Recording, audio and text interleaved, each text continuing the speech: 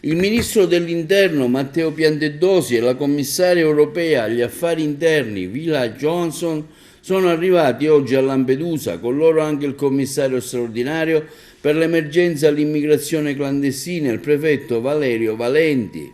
La delegazione ha visitato l'hotspot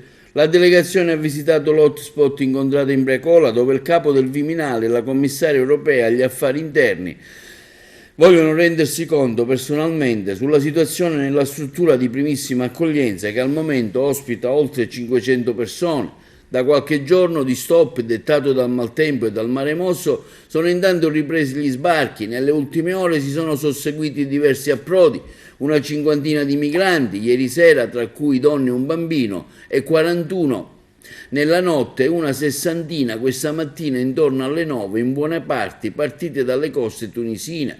La gestione del fenomeno migratorio è una sfida molto importante. L'Italia vede l'Europa concretamente al suo fianco, ma questa sfida ci impegnerà nei prossimi mesi e anni perché non esistono soluzioni immediate.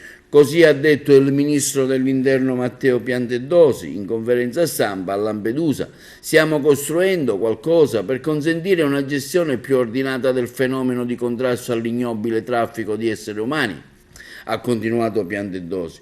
L'Europa darà un maggiore sostegno finanziario, ma non basta, serve una legislazione più incisiva. Pochi giorni fa a Lussemburgo c'è stata una svolta con una prima parte di una legislazione.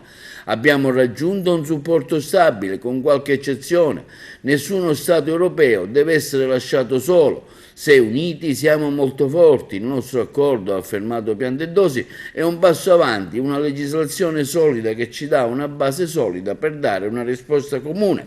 Questo quanto affermato dalla Commissione europea agli affari interni Johansson in visita all'hotspot di Lampedusa, accompagnata dal ministro dell'Interno Matteo Piantedosi.